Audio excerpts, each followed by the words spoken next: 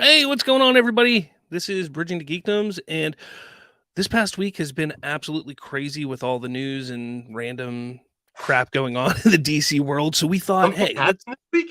a Way. couple things, No way. So we thought we'd do a weekend discussion about all those things since we haven't done a live show for a number of weeks. We thought, hey, this is a great time to do it. So sit back, relax, get ready for our discussion on all things.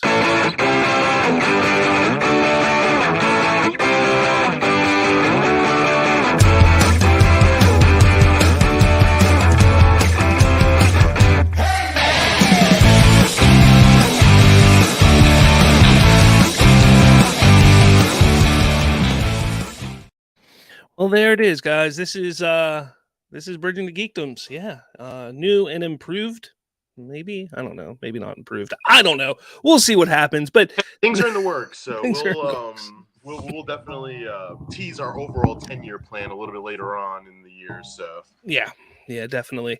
All right. So let's just kind of jump into it here because there were some crazy things to come out this past week, and it all started with a Hollywood Reporter, a Hollywood THR article. There we go. That's where I'm going to go with, where they announced that Wonder Woman 3, at least the latest incarnation of it, was scrapped, was being canned, that Patty Jenkins had left the project, but it was being, canceled for all, intents and purposes. Then there was a whole bunch of speculation within that article about where the DCU was going to be going, and everybody on the internet took it as this is going to be a complete reboot of the DC films universe, have you? So I kind of want, while I'm pulling this up here, because we threw this together really quickly, while I'm pulling this up here, go ahead and give us your thoughts and your take on everything that was going on, Ken. okay, so for the first piece of news that popped up, that seems like the most concrete piece of news. It definitely seems like Wonder Woman 3's current script is just not it for Warner Bros. At the moment right now, and this is something that's interesting because I believe that this led people, or even the report. I'm just speculating on my end over here, where you hear that Wonder Woman 3 is not moving forward with the current iteration of the Warner Bros. Discovery regime, and it's very easy to connect dots that, oh, if Wonder Woman 3 is canceled, then that's the first sign that it's a full-blown reboot about to happen. So I definitely think that's where you could see some dots being connected in terms of a full-blown reboot. But in terms of just going on Wonder Woman 3, I was watching a couple of podcasts last night, and not for nothing, Wonder Woman 1984 was terrible. It was a bad movie. We were sitting during COVID waiting for content to come out, and I believe that this movie was in any sort of way mediocre, that it would have been lauded as one of the best of the year.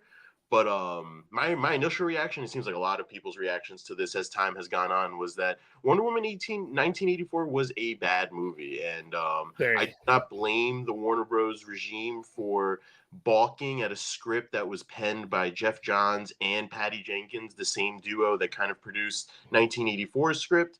The story went that they gave her the trip treatment back with notes, and that she just completely refused to adhere to any of the notes that were given. So it doesn't. The headline reads that Wonder Woman 3 was canceled, but there's a lot more to unpack from that initial headline that I feel like leads into the other things that we're hearing about happening. And I think it's very important to note that in the article itself, it says the current iteration of the Wonder Woman 3 script.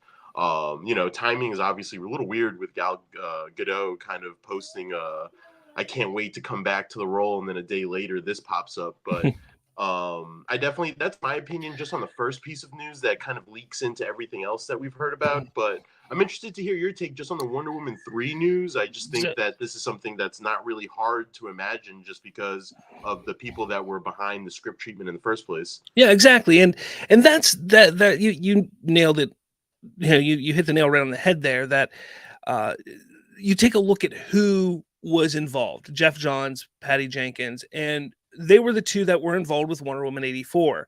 The fact that the old Warner Brothers regime was fine with moving forward with those two for this new film, it's not surprising that this new regime was not too happy with the direction that the story was going. And I don't know if the reports were true or not for where they were going, but there's talk on the internet that they were going to yet again bring Steve Trevor back and yet again have him as the catalyst on what pushes Wonder Woman into what's going on in the film.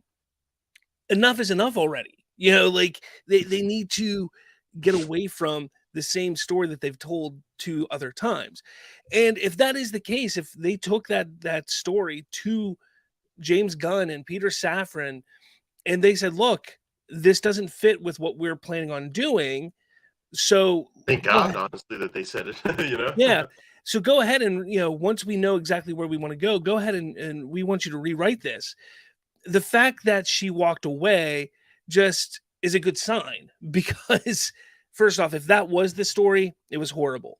Secondly, you need to all be on the same page, from your creative minds, producers who are planning this entire universe, to the directors and writers who are going to be making these films.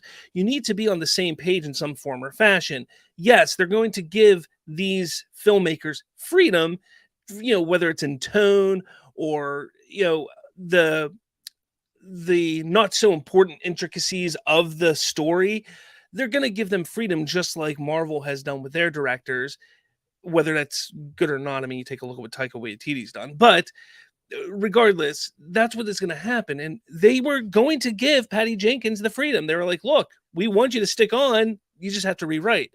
And she was against the idea. And if that's the case, if that's the way that she doesn't want to do it, then that's fine. Let her walk away. Let's get somebody else in there who can write a Wonder Woman film and make it better than the last one was. Which isn't hard, because 1984 definitely set the bar a little low, and to bring Steve Trevor back for a third time, it's hard. It's just hard for me to sit here and tell you that, I would have been happy hearing that Chris Pine, Steve Trevor would have been back. Great character, and I think within the context of the first movie, and even in parts in the second movie, I thought were framed really well for him. I think it's just time to move on. I think it's time to move into modern day. I think it's time to follow up kind of where Gal Gadot's Wonder Woman was left off at the end of Zack Snyder's Justice League, where she's kind of looking into the sky and kind of remembering her fellow Amazons over on Themyscira. So I think a modern take on a Wonder Woman movie would be great, and I totally embracing. And this is a theme that you're going to see throughout the show. I'm embracing a fresh set of eyes on properties that we've seen already. So I'm not against this, and I think it's really important to break down this first piece of information the way that we just did, just because I think it's extremely important to not connect imaginary dots that people appear to be connecting with this article. So yeah, and you know what, Alejandro Ricardez. I'm sorry if I'm terrible. I'm terrible with names, but yeah, you're right. I think totally agree. Yeah, she needs to get over Steve Trevor, and Zack Snyder was setting up a really interesting arc with the two of them. It seemed like, between Wonder Woman and Bruce Wayne. I think that would have been cool to see those two hook up in some form or fashion, but maybe in the movies we've seen already, for sure too. And maybe it happens in a different way in the future, maybe not. Who knows? I mean, we don't know what James Gunn and Peter Safran are planning. Even those little intricacies, unless it's something that is a big story plot point, I don't think it's going to be something that Gunn and Safran really consider, but it could be something that one of the directors or writers that comes in can put forth and try and push through. But yeah, I mean, even Gal Gadot's tweet the day before this all happened, I read it differently, and I've apologized on Twitter because I looked at it as she was saying goodbye to the character, but I truly misread what she said. So whenever I finally realized what she actually said, I think she knew the day before what was going on. I think that day she knew that Patty Jenkins was gone, and she was just saying, "Look, I've loved being Wonder Woman to this point, and I'm excited to share her next chapter with you." And to me, that sounded like, okay, so what her and Jenkins were building is gone. She's looking forward to seeing what comes, and she's excited to share that with us. Yep. It definitely, I mean, just from the optics of it, it definitely seems to have been, just from the outside looking in, a misstep in communication somewhere. Yeah. But for the most part, I think, and I keep harping back to this, I think breaking this section of this piece of news down first, the way that we have, is important for the rest of the conversation that we're about to have, because you're right. Honestly, thinking about it now, I think reading in context what she said within her Instagram posts, Twitter posts, I think there was no farewell in there. There was no finality in there, I think. And then to have the news drop the day after of Wonder Woman 3 isn't moving forward with Patty Jenkins' vision for the film, which is what I think the real headline failed to inform the audience of, is that just this current iteration of Wonder Woman 3 isn't moving forward. I think is kind of where people are panicking. And I definitely think, just seeing Wonder Woman 3 canceled is the false headline for sure, and it should read a little bit better than what it has been presented in the mainstream media today. But here's the post that she posted. I personally saw this on Instagram, and I follow her on Instagram. So when I saw this, I was like, oh, okay, so we probably should be getting some update on Wonder Woman 3 at some point within the next couple of weeks or months, because she said that she can't wait to share her next chapter for sure. Yeah, exactly. So, look, I love Gal Gadot as Wonder Woman. I think she's done a great job in that role. Yep. But that kind of is going to bring us to the next big debacle that has happened. There's other news this week other than Wonder Woman? No way. I got to start reading what you're reading. Not at all. Not at all. So we all love Henry Cavill, right? Right? We all love him. Oh, yeah. He's a great Superman, great guy. And we were all excited back in October. Just about a month ago, Rob. Yeah. Let's not oversell this like this was over a year ago. Just a little over a month ago. A little over a month ago, when he jumped on Instagram and was, hey, I'm looking forward. This is what was in Black Adam is just a small taste of what's to come. I'm back is essentially what it was. That was the headline everywhere. I talked about it. You talked about it. Everybody talked about it, that he was back as Superman. And this week, due to this speculation in this article and I can't even find, there's like 15 articles out there.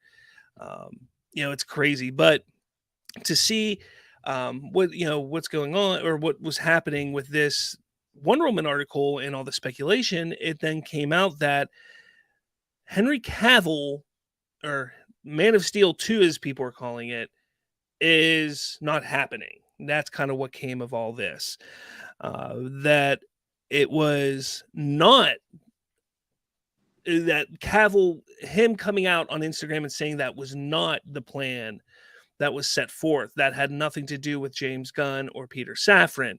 That there were who were the two that are over there?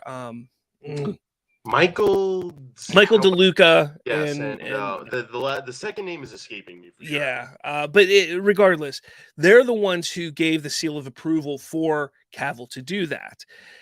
And now with James Gunn and Safran in charge, they supposedly are going to be going in a different direction. And not going with Man of Steel 2, which the rumor has it. Let me see if I can find it here, because there's been so much in regards to this stuff all over the internet lately, and I'm trying to find everything, and it's just really tough. But they were saying that the guy who made there's a Peaky Blinders. Stephen Knight, the producer, I believe, on a majority of the Peaky Blinders seasons and on a couple of other different critically acclaimed shows. I think Taboo with Tom Hardy that was in FX was another one that he was producing, but that he submitted a treatment as well for an idea for Man of Steel 2, but that they kind of quickly, I guess, subsided that as soon as it got on top of the table. So. Yeah. But yeah, that there was a script written, that it was not exactly liked, and that it got canned, it got thrown away. That Man of Steel 2 is not in any kind of production right now, and pre-production, writing, anything like that. And that threw social media, the internet, into a complete frenzy. Because everybody wants Henry Cavill back as Superman. Even those who are not fans of what Zack Snyder created wants Henry Cavill back as Superman. And the fact that this is coming out, whether it's true or not, because we don't know, that's the thing that just angers me so much about everybody. Everybody's coming out and believing these rumors. What have I been trying to do for the last 3-4 months is don't believe every rumor. Don't believe these scoopers. Don't believe this. Don't believe that. Yes, I understand that Variety, the Hollywood Reporter, these things are putting out these speculation articles, which is what they are. Or they're half truths, as what James Gunn said in his post. They are half truths. Not true at all. Or not true at all. So people need to chill out because, granted, that Peaky Blinders guy's script could be complete shit. It could be ass, and James Gunn was like, I don't want to do that. I don't want to use that. But there's nothing that says that James Gunn doesn't want to use Henry Cavill. Yeah. I just think, going through the ebbs and flows of this whole universe since its inception in 2013, I think the one thing I've learned is disinformation. I think there's been a lot of disinformation on both sides, whether that was leaked from Warner Bros. Regime and the past regimes, or whether it's scoopers just trying to get clickbait news. I think one of the lessons I've definitely learned is disinformation. And, not for nothing, if you put your Twitter timeline back almost a year and a half ago, there was something that came from a Warner Bros. Executive that said that the Snyder Cut would never be released. And if you check HBO Max today, Zack Snyder's Justice League is on HBO Max as we speak. So, these articles that come out, while, it's just disheartening to hear some of these things, some of the sad realities, I do think that it's definitely, you have to read into it a lot more than what you take it as face value, for sure. So, I don't know if you're trying to, I think some of the tweets that he put out there, in response to these reports, I think you found the thread right there, are definitely encouraging, for sure. I think his willingness to respond to these things outright to the fans is something that we're just not used to nowadays. I think operating the radio silence that we have with the past Warner Bros. Regime has kind of just, molded us to not expect James Gunn to do these type of things and to do these type of Twitter threads. So I definitely think it's refreshing that his communication with the fan base and just overall has been a vast improvement just in the month that he's been here. So, or the month and a half that he's been here. So that's definitely welcome, for sure. And that's great, and I love that we're getting this continued communication, because we didn't get it before in any form or fashion. And here's the crazy thing, even with Zack Snyder, we didn't get it. Like, he was always so ominous, and not saying that James Gunn is not giving us the full picture. He's not, but he can't, and he's not teasing anything like Zach would. He's not teasing anything. He's not just not answering us like Walter Hamada did. So that's a big thing that I'm really excited about with James Gunn being there, because he does interact with the fans a lot better.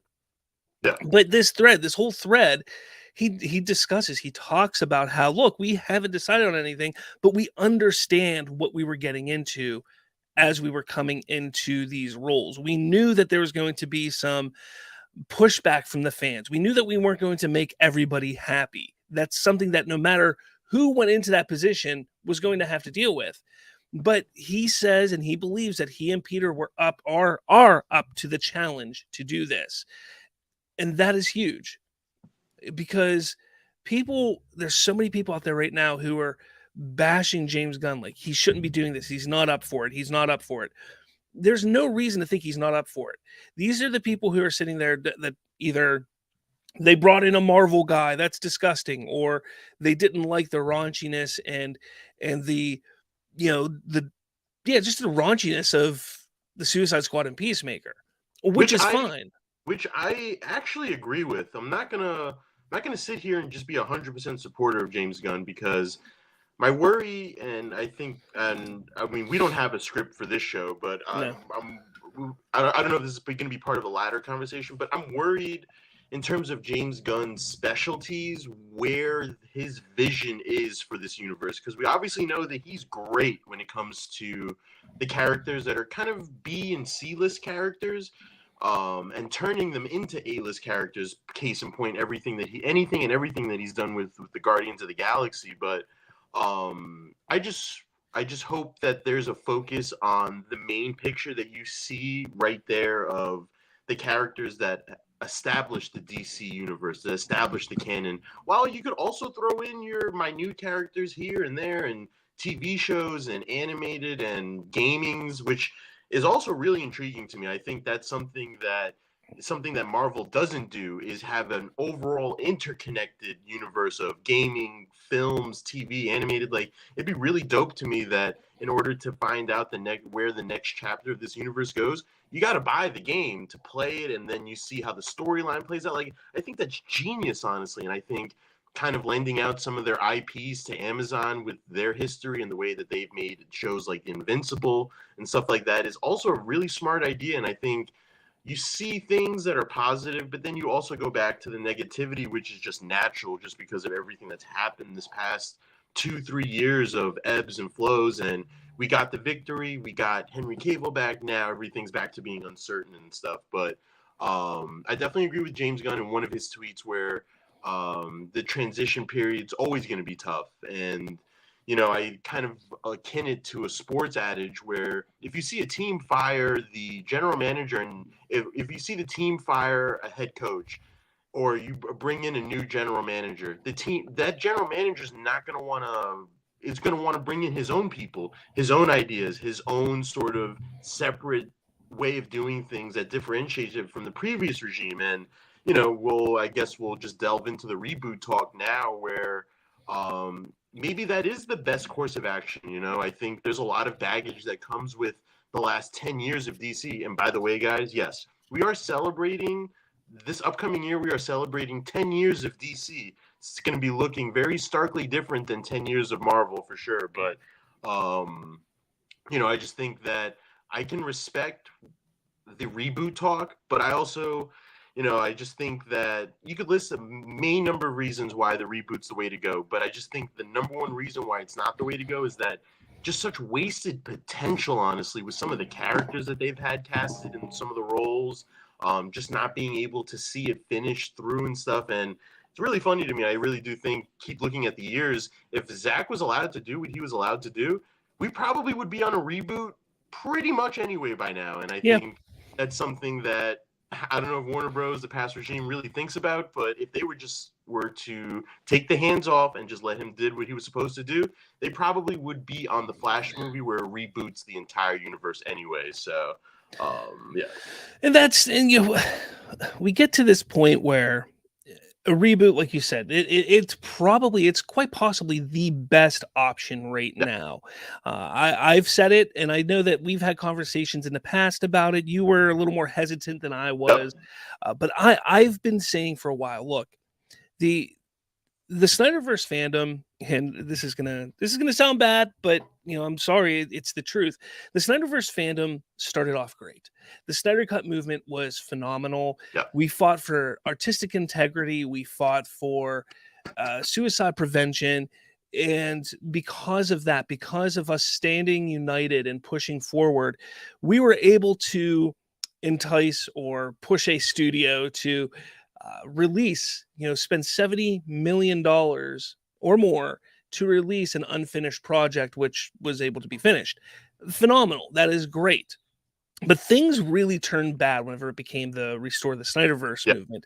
And at first it was still honorable. It was still strong. It had the same ideals. People saw the movie and wanted to see the arc finished. That's where exactly. I think it started at. And as you're going to allude to, it evolved into something a whole lot more toxic. So exactly, I'll let you keep going for sure. Yeah, and that's kind of the big thing is you take a look at one of the most famous lines from The Dark Knight. You either see yourself become or you either die here, or live see yourself long enough to see or you live long enough to see yourself become the villain. And I think that's what happened. I think that the Snyderverse movement is now the villain in this story, because let's truly take a look at this.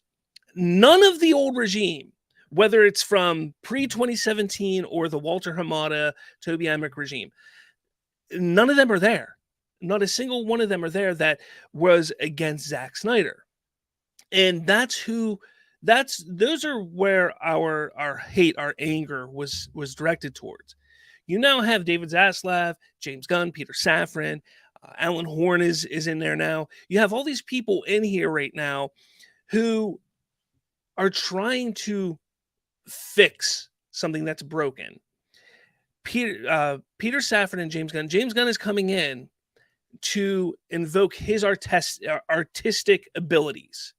What did the Snyderverse movement push for? Artistic integrity, to allow an artist to be able to complete or to create a vision and complete it.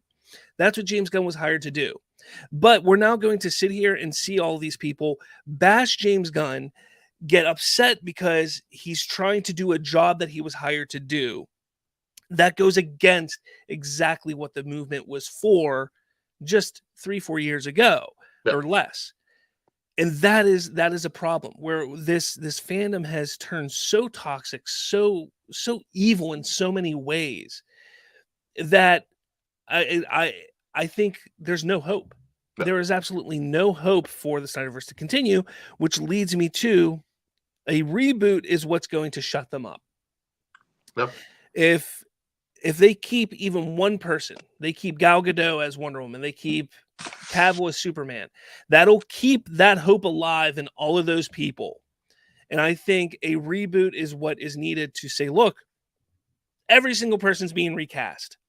We're recasting everybody. We're starting brand new and fresh.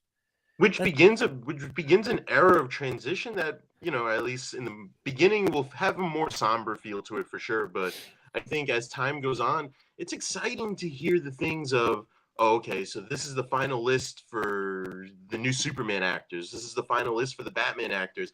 And you just start building anticipation for it. You drop things here, you drop things there. And then when you are finally ready to unveil a slate of movies, I think that's something that could work. And I think that's something that could rebuild the excitement up. I think they're in a really tough position right now where they have 4 fully fledged, edited, locked movies ready to go next year. And it's like they're in a little bit in a bind where are you going to undermine those movies where you're basically going to say, listen, none of these movies are going to matter at the end of the day anyway, maybe except for The Flash. But even then I'm starting to think that even then they're going to use that movie back to the original cause it was and just kind of just reset everything and reset the whole universe. But I'd be remiss if I didn't argue the other side of it, where maybe a soft reboot is the way to go, where I think we could take elements of things that have happened because, financially looking at these movies, the first 3 movies of this universe did better and astronomically better than the first 3 movies of the Marvel universe. It was just that the regime had a little bit of a cut bait reaction in terms of the reviews and everything. So there are elements within these movies in the past that are deemed as flops that work, honestly. But that's just, I don't know. I have hope that some of these actors will still stick around for these roles later on down the line. But I just think for right now, kind of what he said about the transitional period, I think just building the hype up for this new universe is the first step for that. And I think casting announcements, movie announcements is what's going to happen, is that anticipation buildup that could take place in between, I guess, the end of 2023 and then to 2024, because I believe that's when James Gunn said his new slate will be in effect. So I disagree with Alejandro here. A reboot will be cinematic suicide. I completely disagree. I don't know where you stand on, not you, Ken, but Alejandro.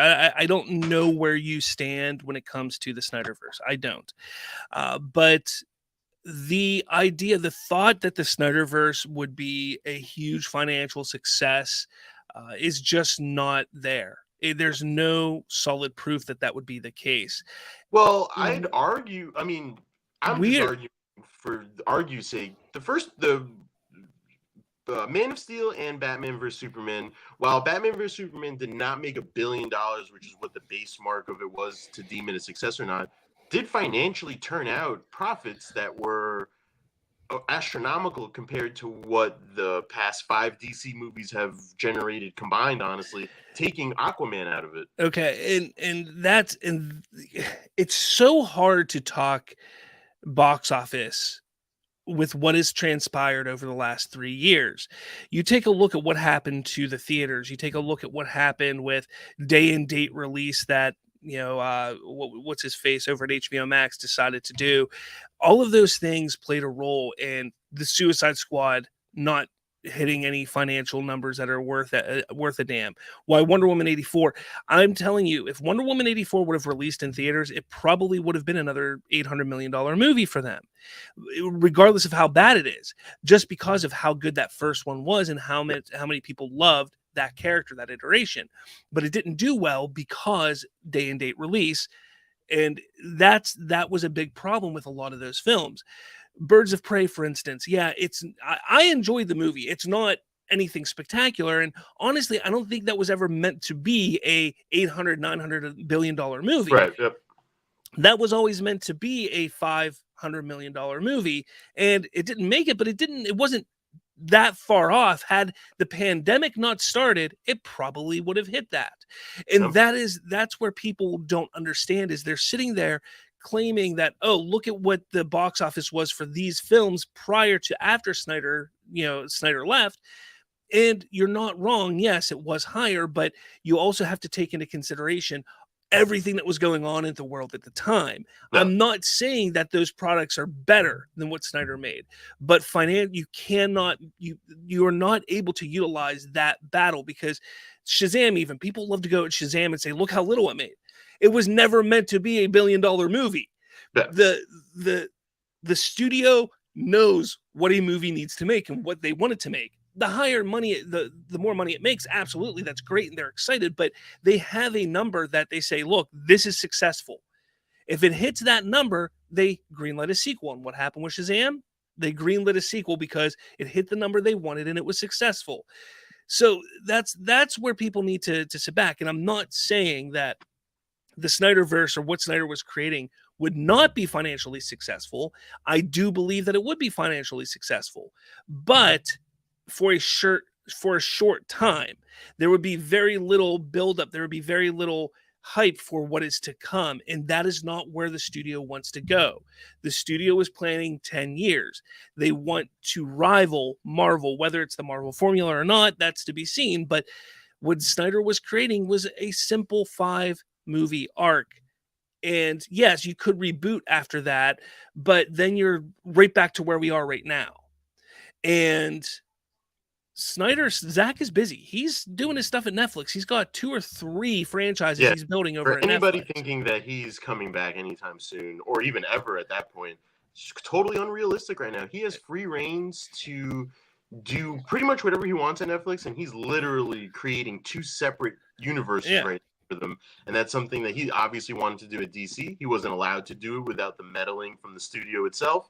And just going back to box office numbers, it's funny because I'm sure you've seen this, where The Rock has finally delved into the financial part of his career, where he is now leaking confidential financial information to kind of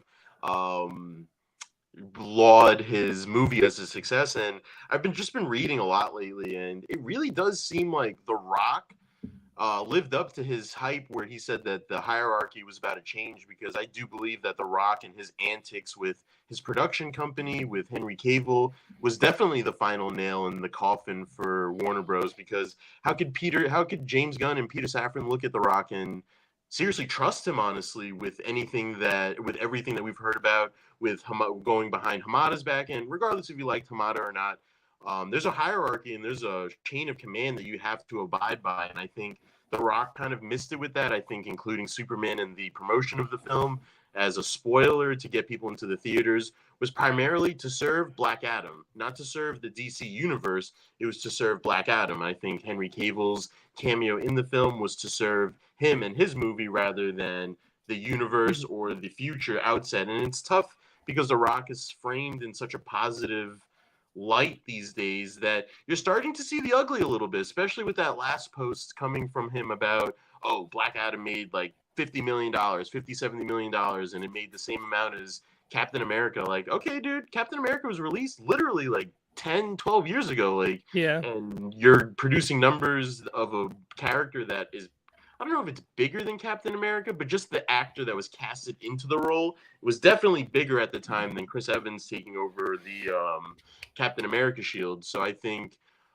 just seeing his antics lately and seeing what he's been doing lately is definitely an indication as to why Gunn and Safran are looking at each other like, hey, we should just restart this whole thing because this thing's a mess. And Yeah. I think Black Adam's perfect. Everything that's wrong with the DCEU, you could find inside of the movie of Black Adam. And I think that's kind of really funny to me in terms of how everything's unshaped the last couple of months and stuff. And given Black Adam's success, I think this conversation would be vastly different. But not for nothing, Black Panther 2, Wakanda Forever made the same amount in a weekend than Black Adam did in about 3 weeks. So that's the disconnect between the fans right now. And I keep seeing memes about DC fans on the internet versus DC fans in the theater. And, not for nothing, guys, I'm starting to kind of think that because a lot of chatter and noise online. But when I go to the theater for midnight premieres for DC and Marvel movies, DC movie theaters are empty versus Marvel movie theaters, which are packed to the brim, puts asses in seats. So I definitely think that there's a lot of the blame pie could definitely be divided plenty in terms of who to look at for these things. But as kind of the conversation began with, the fans and their toxicity have definitely sealed this universe's fate. Seemingly, it seems like. I know that the meeting is supposed to happen this week where they're supposed to present their plan to David Zaslav and kind of move forward with that. So we'll definitely be getting updates as the week goes on for sure. And speaking of that, submitting the plan to Zaslav. Now, I see a lot of people out on Twitter and on social media who are saying, look, if we're loud enough and we tell them that we don't want this, then Zaslav's going to say no to it. Do you not think that James Gunn and Peter Safran had a rough outline to get the job? Yeah, for sure. So Zaslav already knows an idea. Yeah. What he's looking for is a 10-year plan so they're not making shit up as they go along. Yeah. Mm-hmm. Like what was going on at Warner Brothers. If you look at it, 2024 or 2023 had 4 movies. And this is from the past regime as well. There's nothing planned on the docket, at least that I know, for 2024. No. Like nothing in production, nothing set in production. Nothing. And you can't really blame that on the changes that's happened because the slate was put forward by the old regime in terms of these 4 movies being released. So it's like, what was the plan after this year? And here's the thing: have a hiatus. Like 3 of those movies that are coming out next year were supposed to come out this year. This year, yep. Yeah, it's fascinating. I'll be honest with you, it's fascinating, and I think it is a combination of just the mess that the old regime left, and I think that's definitely a big part of this as well. That's the foundational problem for all the problems that you see within this universe, for sure. Yeah, for sure. I don't know. I mean, there's a lot going on, and I know that we're going to have more to talk about. Oh, yeah. I actually have to get going here, but look, what Alejandro was saying about a reboot, would be cinematic suicide. It's not, because David Zaslav is the one asking for it. He's the one asking for this plan. Then he has an idea already of what they're going to be giving him, and that's what he wants. And he's the one that's going to say you're fired or hired in 3 years, in 4 years. He's going to be the one that gives a contract extension if, his movies, if the movies they make, are billion-dollar hits. Which you almost have to wonder, when are these movies going to start releasing? Because James Gunn has, I believe, a 4-year contract with DC, and so does Safran. But then you have his promotional tour for Guardians of the Galaxy probably taking up all of the first 6 months of next year. So you really have to start wondering when you would be able to start seeing this product. And would it be 2 years left on his contract when we start to see this slate happen? A year left? So I would not be surprised because he specifically mentioned TV shows and animation and stuff like that. I think as soon as David Zaslav gives his seal of approval, everything goes into motion. And I wouldn't be shocked if we didn't see something come out of this plan to start to come into fruition, say, end of 2023.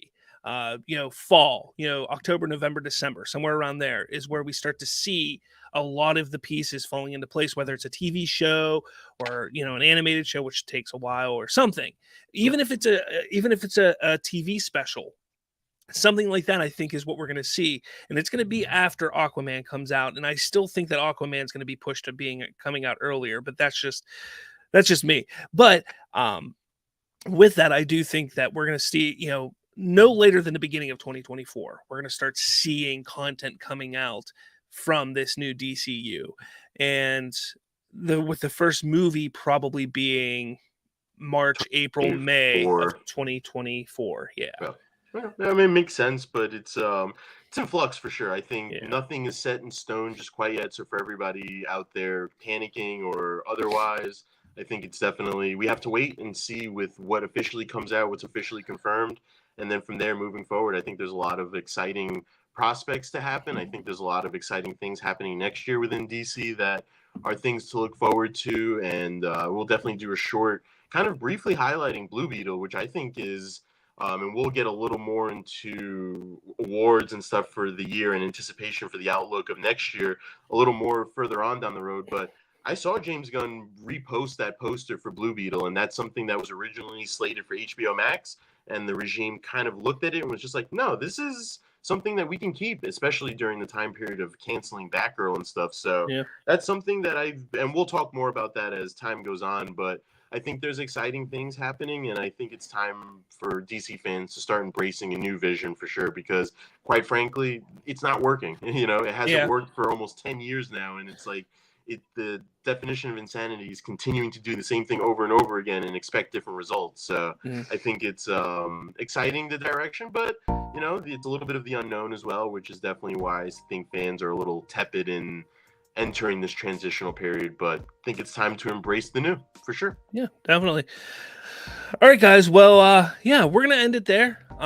We are planning a special episode, hopefully in the next couple of weeks. That's gonna be kind of fun, like an award type of show thing. So hopefully we get that off the ground and get that up. You know, so we'll do that, even if it's like the first week of January. We'll get it figured out for sure. So we're looking forward to that. But everyone, thank you for watching. Make sure you scan that QR code, hit like, hit subscribe, follow, share, do all that jazz. We're available on Anchor, on Spotify, on Apple Podcasts, all that kind of fun stuff. So definitely find us there to follow along if you're unable to watch live. We're doing some pretty cool things with the channel now and with our show, so keep an ear and eye out for what's happening, what's coming. And yeah, I think with all that said, I got nothing else. You good? It's going to be an exciting week, that's for sure. Should be a very exciting week. All right, with all that said, we'll talk at all of you later.